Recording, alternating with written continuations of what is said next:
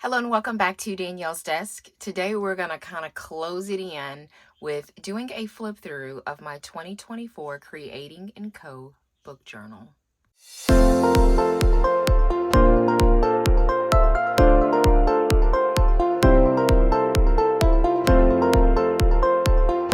So I always seem to do a flip through of what I've done with my planners every year. I will have 2023's Creating and Co. book journal flip through linked below for you.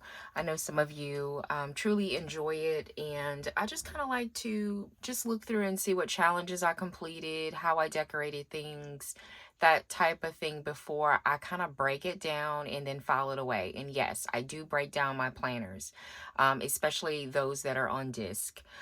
It saves space. I may want to reuse the disc, may want to reuse the dashboards, that type of thing. So everything is still Christmas because that's kind of where we left things in 2024, is just with Christmas. And so once I'm done filming this and everything, I will break it down like I said.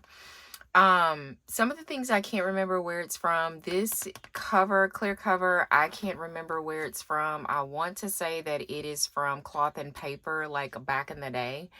And I just kind of broke it out and, used it.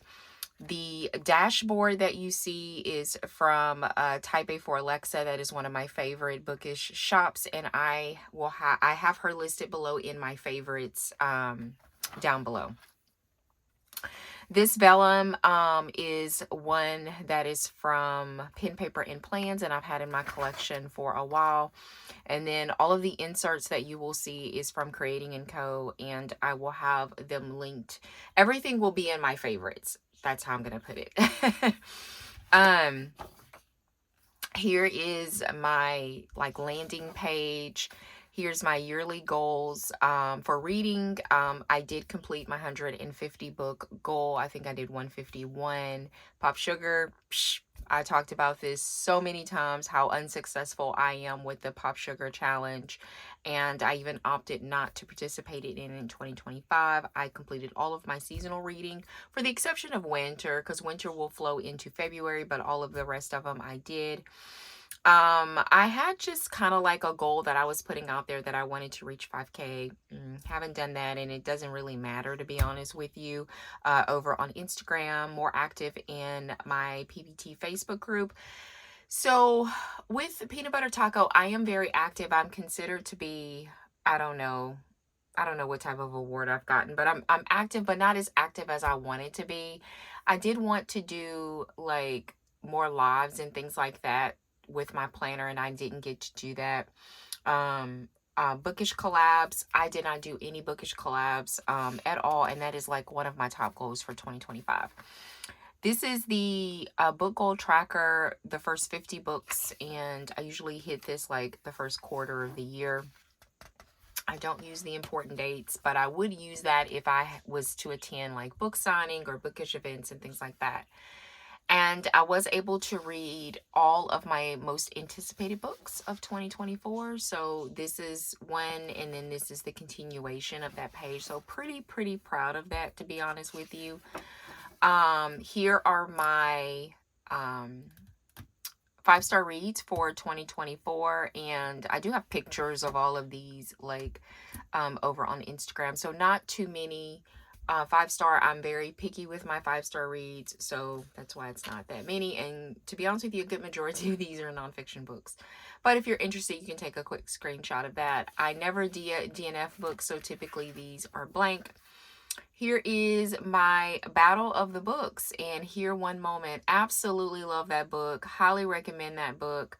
But if you want to take a screenshot of the books that I battled, and how it works is that you put 2 books up against each other, and then they move to the next round and the next round until you finally get your books in the final rounds. So this is for the first 6 months. This is the second 6 months of the year, and then you should have 2 books essentially, and then one of these 2 will end up being the winner. This is a coloring page. I never color. I hate to color. So typically all those are blank, and then these are my bookshelves with all of the books that I have read for 2024.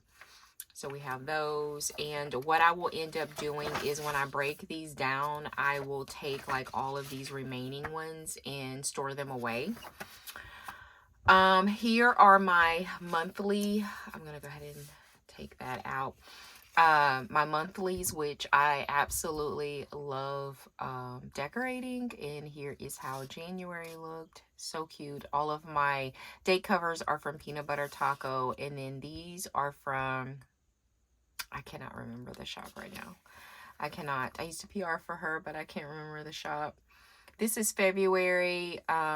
So cute. Just hints of like Valentine's and kisses and things like that. The conversational hearts.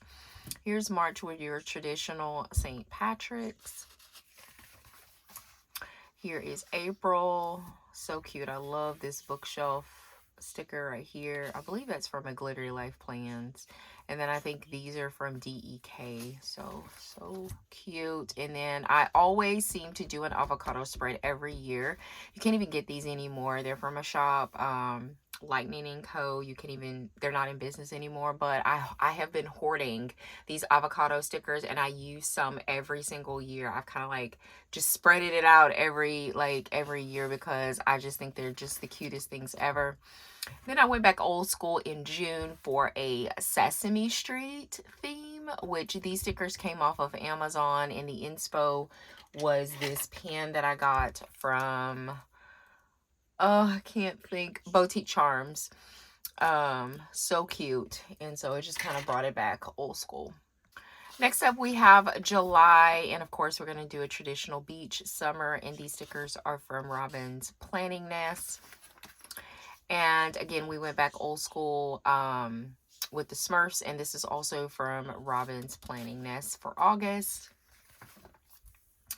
Then September, I definitely want to do an autumn theme. So cute. I don't remember where these stickers are from. And then, of course, we have to go all spooky for October, and these stickers are from Creating & Co. Then we have the turkeys, and all these are from Peanut Butter Taco. And then we end the year obviously with December, and I have more Robin's Planning Nest, these cute little candy cottages. So cute. So those are the monthlies, and then I do a few weeklies, and usually I use the weekly spreads for my challenges if we do a planning party over for Creating & Co. So I don't usually plan every week in here, but only when we have planning parties or we're doing reading challenges together, like I said. But it's super cute, and all these kits are from Creating & Co. Super cute. Get a really cute rainbow. This is one that I threw in there because I finally completed that rainbow challenge that I had been hoarding forever, and this was kind of the stickers that went along with it. I didn't even like write in any books that I read that week. I just wanted to use the stickers, so I just put them down. So cute. Same with this one. This was a challenge I think that I completed or something, and I just wanted to put down the stickers, so I didn't do anything with it. But all the rest of them I did. And that's it as far as weekly. Then we move into my TBR planning. These were new inserts that Paige came out with for 2024. I didn't purchase any for this year because I needed something bigger. But I did enjoy using these as my planning. They weren't meant to be cute or anything. They were meant to be like messy and functional and all those things, just so I could figure out what I was reading, what books I was carrying over for the month, what new releases was going on that month, what challenges I need to prep for, and anything like that. So I did enjoy using these, and actually I was the one that recommended these, and she actually kept them in the shop for 2025. So if you want them, they are available in the shop. But I just found myself needing more room. So I opted for an entire notebook this year. But I used just like sticky notes and things like that. And I did enjoy them. And I was very thankful that she did keep them in the shop for 2025. So obviously somebody was purchasing them besides me. So here we move into my TBR. So this is my TBR for January. and these are available in the shop. This is for February, for March, and then I check them off as I read them. And then we have all the rest of them. I'm just going to go ahead and take that out. And whatever thing that I used for the monthlies just kind of carried over with the same stickers. And then here are my book releases. The only thing that's missing in here is my dividers. I did use my dividers for my new setup. So normally there would be a divider that would separate each section, but I needed to use them for 2025. So here are my book releases. And these are going to be for each month. And as I read the book releases that I'm interested in, I do check them off as well. And I read a lot of book releases, but I also read a lot of backlists too. And I'm actually starting this year off with backlists. Everything that I'm reading for this month is backlist. So something different. And I had no new releases for December. And these are my monthly wrap-ups, and so I did an additional page in here because she only gives us 8, and I read more than 8 books every month, so I would have to carry over another insert just to put my books and then the rating. So for January I read 11 books for January. For February I read 10 books. I typically try to keep it at 10. For March, I read 15 books, so quite a bit for that. For April, I read 13 books. May, I read 13 books. June, I read 13 books. That just seems like the magic number, right? July, I read 12 books. August, I read 12 books. September, I read 9 books, so I didn't read too much in September. October, I read 12 books. November, I read 15 books. And for December, I read 14 books. So I had a pretty good, consistent year as far as I can see. Here's where I track all of my library books that I get from the library there, and this will flow over into storage. And then here are my books bought. So a lot about Dollar Tree books and a book of the month. So that's primarily and then I may have had some garage sale books here and there, but primarily it was book of the month and Dollar Tree. Here begins all of my challenges. So this was our book cover scavenger hunt challenge, which I did complete. Here is the alphabet challenge, which I participate in every year. Here is our spring reading challenge. I read 6 books for that. And then here are the spring bookshelves. So these are all the books that I read during the springtime. Here is the book bingo. This is when she started introducing new things, which I'm very happy about, and she has carried over into 2025. Here's the romance trope. So this was like a Valentine challenge. I remember doing this late because I had lost my dad and everything, but I did complete it, and I completed it late. This is the summer reading challenge, which I read 6 books, and then here are the books that I read during the summer, the bookshelves for that. I do love these that she's done these. This is the Read the Rainbow. This is what I was talking about. This is an old challenge that I had been wanting to do and finally did it. And then here is one of our readathons that we completed where I only read 2 books. Here's Scoops of Books. This is another reading challenge that we completed, and I read 4. Here's the infamous Pop Sugar, which I'm quite sure that I did complete some prompts, but Pop Sugar is just overwhelming to me. And so I just can't do it. I've tried for 2 years to do this, if not more, and it's just overwhelming for me. I mean, I do a lot of challenges as it is, but these seem to be way more difficult in my opinion. This was my first year doing the Reese Witherspoon, and I did complete all of them, all of the books. I had to play catch up because I decided to do her challenge or read her books I don't know if it was in May or somewhere, but I had to play catch up. And I am completing these for this year as well. This is the autumn one. This was a freebie. It's called Whatever Spices Your Pumpkin. I actually completed this the week of Thanksgiving, so that was fun. This is the Autumn Academia Readathon that we completed, and I did 3 books. Also, the Fall Reading Challenge, I didn't do too well. I only read the group read, which was A Study in Drowning. I didn't really enjoy that one at all, but I only read 1. And then here are my bookshelves for the fall. Here is the Revival Reads Reading Challenge that I completed, and I read 3 books for that challenge. And then the Read in Peace, I read 5 books for this challenge. And then here is just some horror movies watched or I wanted to watch. And so you'll see just like some classics mainly on there, some classic. This is, October is where I watch the most TV. Because I like horror movies. Here are, this is very old. This is from a collab between Cricut Paper Co. and Creating & Co. like years ago.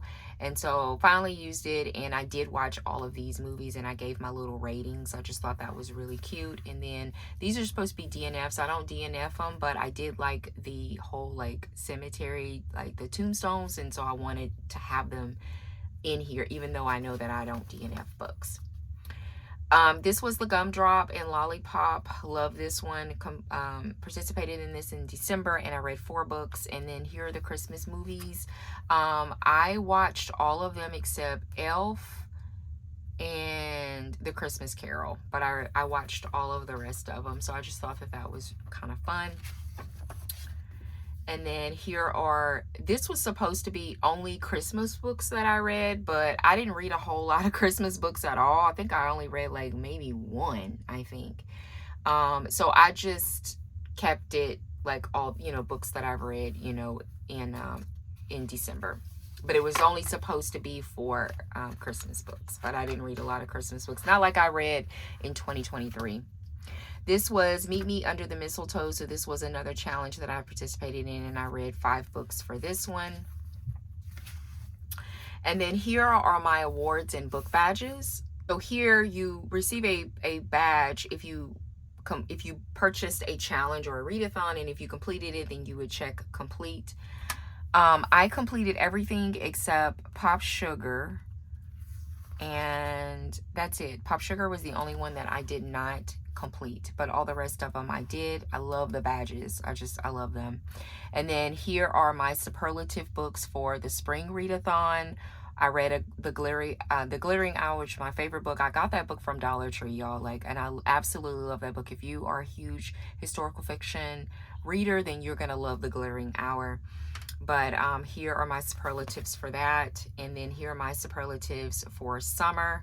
Pack Up the Moon, highly recommend that one as well. That was my best book of that. Here's my mid-year check-in, which I read at that time 75 books of my 150. And then it just kind of gives a breakdown of that. Here are my fall superlatives with The God of the Woods, very popular book, and it is worth it lives up to the hype. I know that book has been around. It is a very lengthy book, but I promise you will enjoy it. And then here's my overall superlatives, like for just overall, and The Glittering Hour wins. Favorite cover was Redwood Court. I read that for the Reese Witherspoon. Here One Moment. I told y'all I love that book. That's favorite standalone. Favorite series, Assistant to the Villain. So that whole series is great. There's another one coming out this year, The Boyfriend.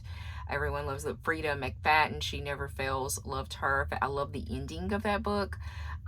Most anticipated release was The Fury, and I only ended up giving that 3 stars, but I was anticipating that book by Alex Michaelides. And then favorite protagonists in The Assistant to the Villain. Antagonist, Icarius, The Paradise Problem, favorite couple. Most read genre was a psychological thriller. Pack Up the Moon, highly recommend. And then Mary was the worst book that I read for 2024. And then here are my resolutions for 2025. Set up my 2025 reading goal. which I've already done 150. I just keep it at 150. Buy books with a purpose, which means continue to only buy books that I want to read, not just to buy books to buy books. Join a local book club. We'll see about that. That has been an epic fail for me every year. There's one going on in my neighborhood, but I don't know. It's just like, I don't know about meeting in person. I just don't know. I always seem to cop out, and I think it's because I really am an introvert. I think that's the problem. Book destash and donation to my local library. I did this in the summer of this year, of 2024, sorry, and I donated, what, over 150 books, and I want to do that again. I want to do that every year to my local library. It was a big job. I did it while I was on vacay, but highly recommend. And then a bookish collab and buddy read. I definitely want to do a bookish collab. I did a bookish giveaway already, like an end of the year bookish giveaway, and I definitely want to do more of those every quarter in 2025. And then that is it. And so everything will be broken down and put away and for memories, essentially. And so that is my 2024 book journal. I hope you enjoyed the flip through. Thank you so much for joining me here at Danielle's Desk. If you enjoyed looking through my 2024 book journal, please give the video a thumbs up. If you would like to see more content from me, consider subscribing for 2025, and I'll see you next time. Bye.